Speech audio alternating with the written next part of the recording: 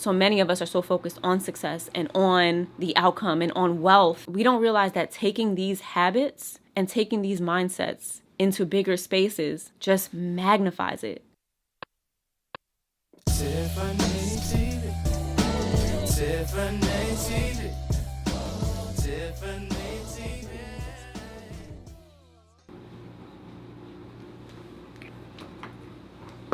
Hi, my loves. So for our bevy of the day, we are having a mule. I think Jack Daniels is bourbon. I'm just going to say a Jack Daniels mule. That's what we're having. I've talked about a mule before, but if you don't know, it's ginger beer, lime juice, and your choice of alcohol. Let me know in the comments what bevy you brought today. My sound might be a little bit different because my son is upstairs napping. It is October and it's 83 degrees outside. So we had to put the air on while he's sleeping in there. So you can probably hear my air, but I hope you can hear me and I hope we can focus on the message. So let's get into it. I think each of my videos I've spoken a little bit on this, but we're going to go into detail here because this is what I feel like this stops all of us in some way or form, and it's self-sabotage. If you have watched my videos up till now, you know that these past few months it's been me putting all my time into self-actualization and creating this content for you guys and for myself. One thing I didn't anticipate is that as the engagement started to grow, I was excited. I was really excited because again, I've been working at this for 5 years and just working at really getting clear on myself. And so to see it happening simultaneously, I don't think it's a coincidence at all. I think when you are living in authenticity and when you're walking in your purpose, that things around you just start to happen. And I always heard that and felt jealous of it because I was not truly living in my authenticity and walking in my purpose. I feel that feeling now. I never imagined that I would feel that, and then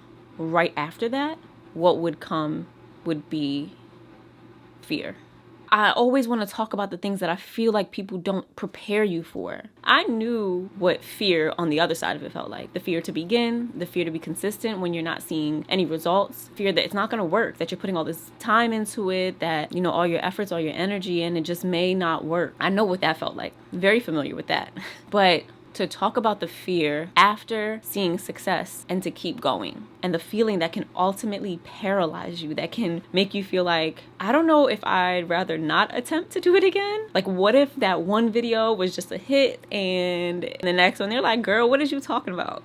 Right? That's the things that were going through my head, and that's not real because I have so many things I want to say and so many things that are coming from my heart. Okay, you heard my ear go off. Self-sabotage tried to kick in. Self-sabotage and fear of success, they are hand in hand. And what fear of success looks like, I really think it is a conscious thought. Fear of success looks like, I know I'm going to have these responsibilities and I have to show up daily to continue these responsibilities, to continue living up to what I've started. And that fear really kicks in and it's like, you probably can't continue this. It's going to fail eventually. It's going to stop. I could feel that it was my old ways trying to come back in. I've been so used to struggling. I've been so used to feeling unsure, feeling out of place, feeling confused. I've been so used to that even in this moment where I am very clear on what I want to do and I'm very sure and this feels like nothing that I've ever had before, that still kicks in. I found myself for like a day or two procrastinating, knowing I had things to do, knowing I have videos to edit and content to cut, and finding all other things to do. It's the most bizarre thing. I think part of it was I wanted to sit in the success for a second. I wanted to just let it marinate. But another part of it was almost, again, it was subconscious. It wasn't forefront. And I had to ask myself why I was doing it in order to even be aware of it. It was subconsciously like, well, if you stop here, if you stop here, you would stop on a magnificent level. So maybe we just leave it here and just let that thing flow out. And it's like, that doesn't even make any sense. This is what happens when you, for so long, you've been stuck in this state of fear and you've been stuck in this state of worry and anxiety and you've been battling with yourself and doing this work in yourself and finally starting to, build better habits and do the things you say you will do. It comes with an internal fight, and it's your ego. Your ego likes to be comfortable. Your ego does not like change because your ego knows who you were before. It actually operated off of your fear. Your fear feeds that ego of like, this is who I am. This is who I've always been. When you hear people talk from that place, it's a place of ego. It's the identity of who you were, and it's not the true you. There's you, your identity, your ego, all the roles you play. But then there's you, the soulful, deep you that you were placed here to be. When you are getting back to that and you're shedding all these things that used to feed you, when you're no longer needing all those things to feed you, but you're more secure in yourself, the ego does not like that. You're not using ego to think you're better than someone or to continue unhealthy relationships or unhealthy attachments. You're healing. You're starting to do the things that you said you would, which is going to change your life. The ego can see that, can spot that, can feel that.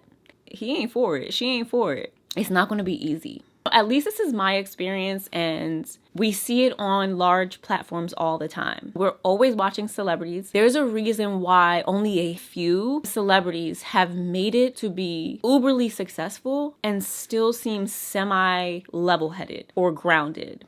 Most of them are extremely private, the Beyoncés of the world. And then you have those who make it and completely lose themselves. They can't handle the pressure of keeping up with the thing. And the reality is, it is not easy hitting a new level of something and now having to live a life from that space. It is an adjustment. And again, the fight that you're feeling is just us being attached to comfort. And as we start seeing those things change, our lifestyle changes, our routine changes, the money we're making changes. We have to start making different decisions. Maybe you're hiring employees. Maybe you're working out. So now you have to fit it into your schedule and you have to start eating differently. And in order to continue seeing those results, you have to continue doing those things. And we start to feel like this is a lot. Again, it's that thought of, I'm going to have to do this forever. Self-sabotage is a sneaky little thing, and it sneaks in the back door, disguises itself as procrastination and as, what am I doing this for? Why am I doing this? Why am I doing all this work? Look at so-and-so. They didn't do all that and they have a pretty good life. And it's like, yeah, if you want a pretty good life, but if you want a good life, a life that feels good for you, that's why you started this, right? That's why you set out to even change this habit or create this new routine or start working out or start this business. You did it because there was a desire in you. It came from somewhere. And so I found that what has helped me through this is the reminder of why. I think after seeing results or hitting a certain amount of success, there's this urge to either do more, do less. Okay, let me add this on. Let me do this. Let me do this extra thing. Or for me, specifically what it looked like was receiving all these beautiful comments. And then of course I have people that are requesting certain videos. I take note of those things because if they align with my content, I want to fit it in. But I remember taking that list and then sitting down for my next video and questioning myself like, okay, should I do this video? Because they did ask and I should be giving my audience what they want. So, and I just don't move like that. I move from a space of what I'm being inspired to do. And again, if something comes across and it feels good and I'm like, that's definitely something I want to speak on or I need to speak on, then I will. But the urge to start shifting things, like now that I see success, I want to switch up the formula when the formula was what was working. And the formula being speaking from my heart, speaking from my intuition. Nothing needed to be changed, but that fear of like, it's either going to be stripped away. It was a fluke. I need to make sure that I don't need to make sure I'm doing anything other than what I did to get here. And when the next step comes that I'm supposed to step up or upgrade, that'll happen. But I have to trust the process that got me here, right? You have to trust the process that got you the results in the first place. If it was working out, keep going and keep excelling at that and maybe switching things again when things are no longer working. But if they are working and they feel good, don't switch it just based on the fact that now you've hit success. Nothing has changed.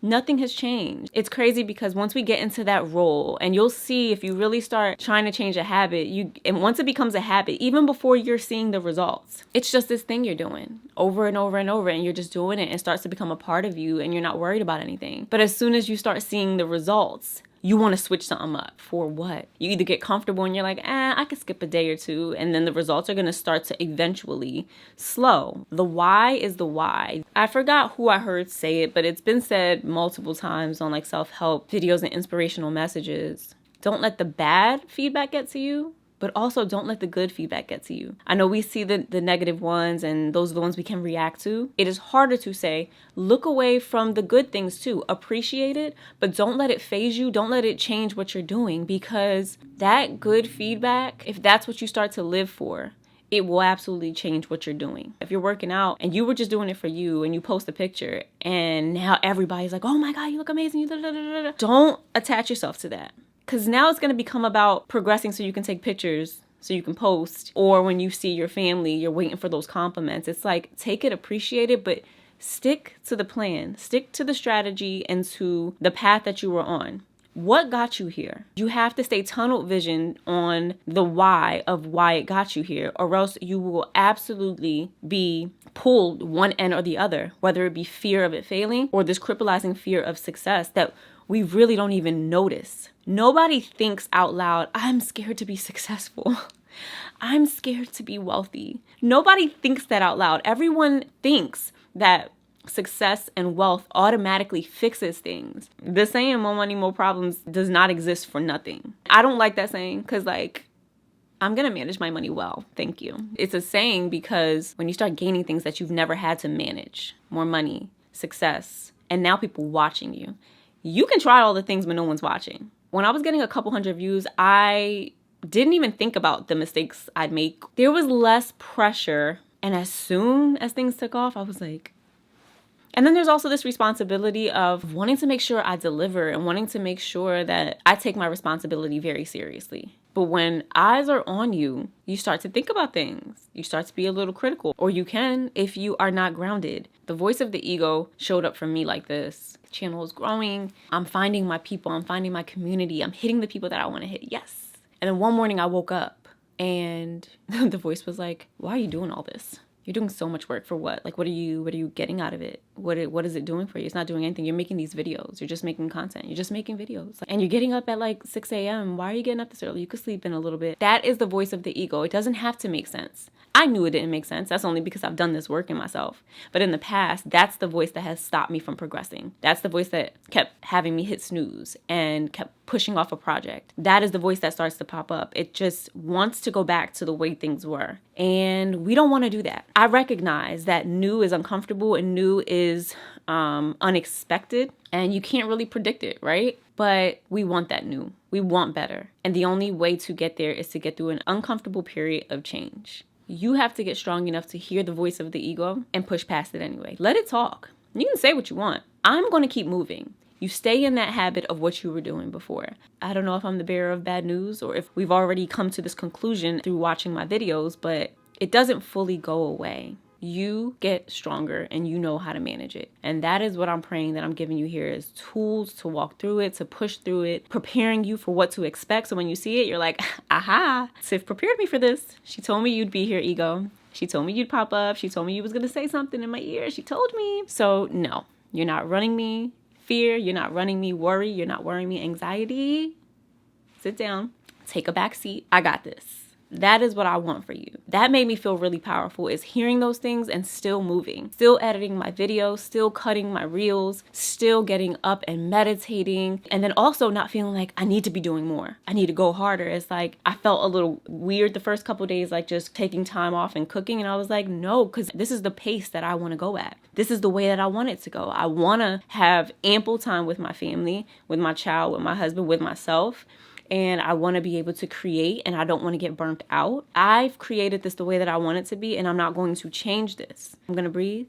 I'm going to stay still until I realize that just doing me and just being me is good enough and we're going to keep growing. You have to do the same. You have to be able to talk yourself through it, to hear the voice and move anyway, to hear the fear and move anyway, to feel the anxiety, take a moment. You know, I always say take a moment and breathe, cry if you need to release. And let's keep moving. And you get stronger and stronger in this. The recovery times are a lot shorter now. To get on the other side of it and to start seeing the outcome of doing the work regularly. The outcome of being able to recognize fear and anxiety for what it is and call it out and feel it and do anyway. And then see the results of working through that fear and through that worry and anxiety. You start feeling the power that you've always had. You start walking in the power that you've always had. You start feeling like, I know I'm gonna feel these things, but damn, I can still keep working. I can still keep going at it and I can still see the success and the results that I want. Oh, so you can't run me. That is such a powerful stance to take. I want you to know that as that kicks in, you have to remember that they are habits. They are patterns, and we have control over habits and patterns. We have control and we have the option and the choice to change them. It's going to take a little bit of work, but we can absolutely do it. How do we change them? How, when these things pop up, what can we do in the moment? So here's what worked for me. I should honestly be sponsored by iPhone Notes because I feel like I talk about it every single video, but those notes are going to change my life. I mean, those notes have changed my life, y'all. I use notes for everything. So step 1, I need you to write a letter to yourself. And I want you to take everything that you're learning in this video, everything that I'm telling you to expect, things that I'm telling you are going to happen, the voices you're going to hear, the feelings you're going to feel, the fear, the excitement, then the fear. I want you to make note of it.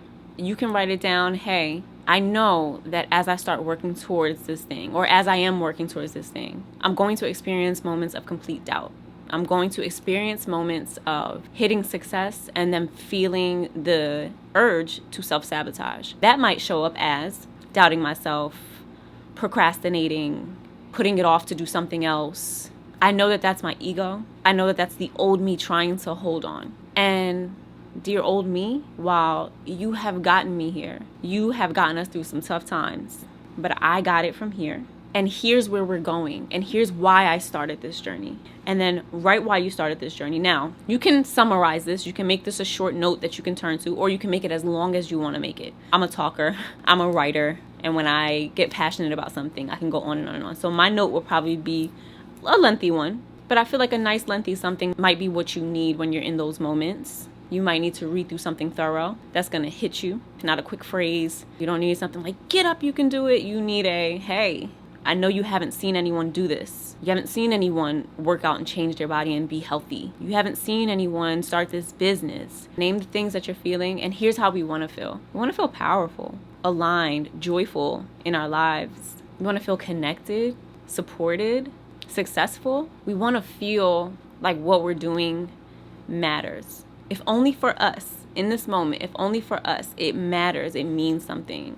And so whatever your thing is, write that out and keep that handy. Now, you might choose to write it out in a journal, maybe keep it in your wallet, but notes is so, I know my phone is going to be with me almost everywhere I am, and you never know when that's going to kick in, and it's a good thing to remind yourself. Now, I have a,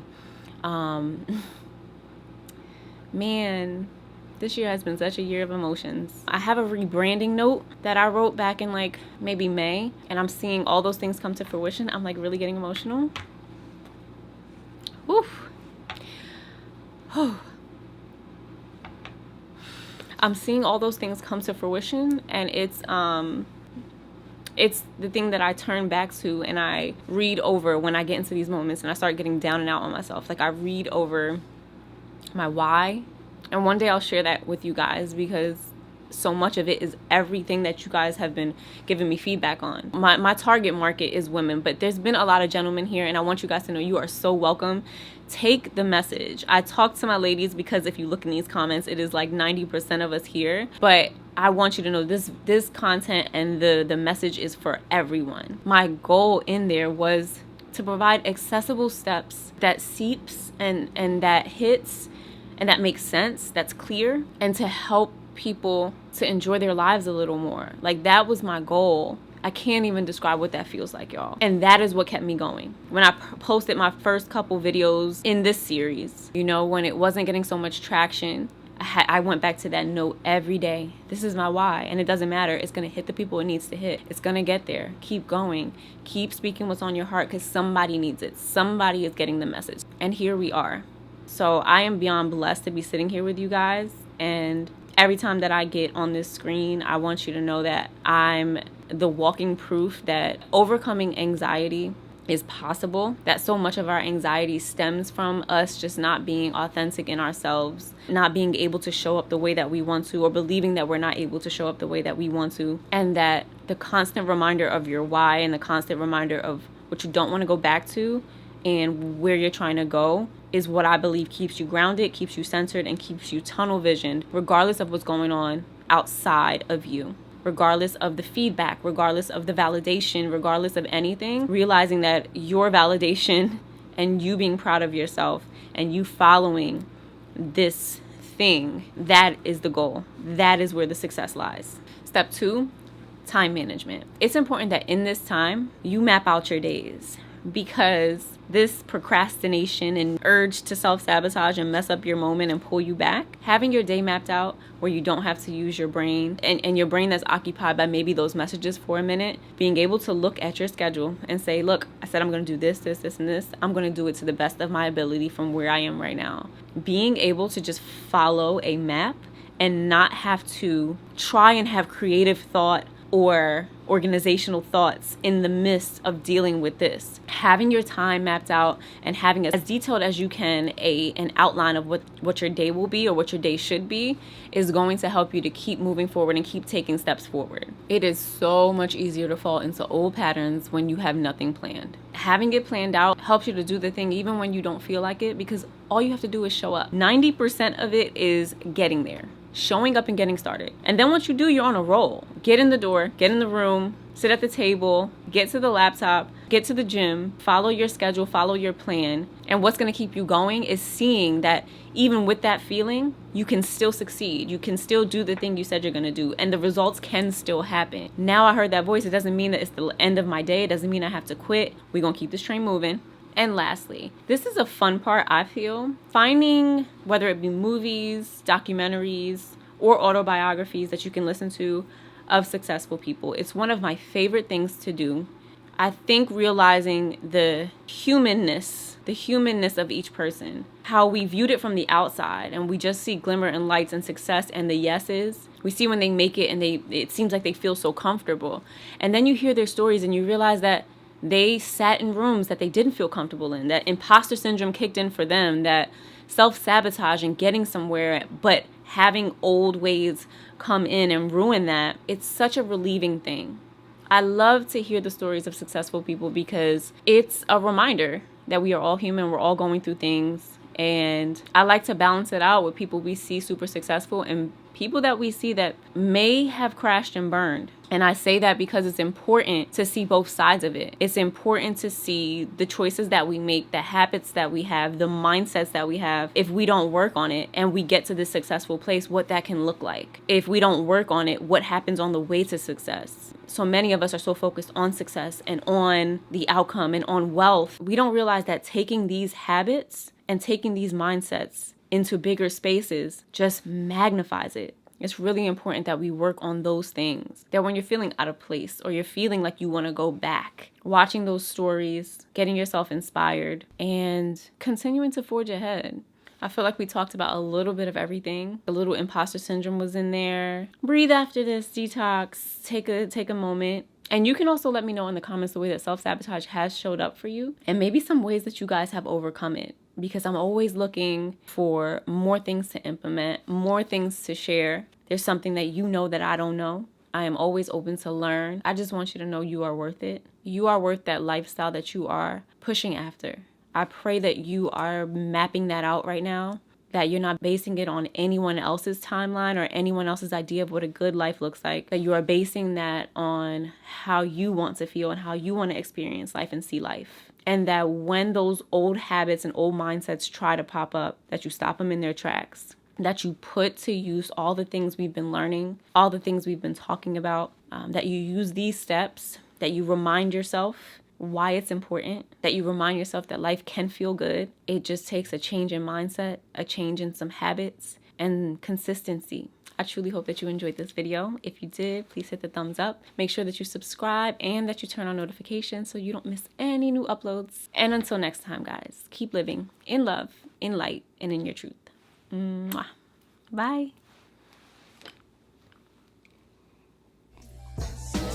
Monday, tune in on Tuesday, tune in on Wednesday.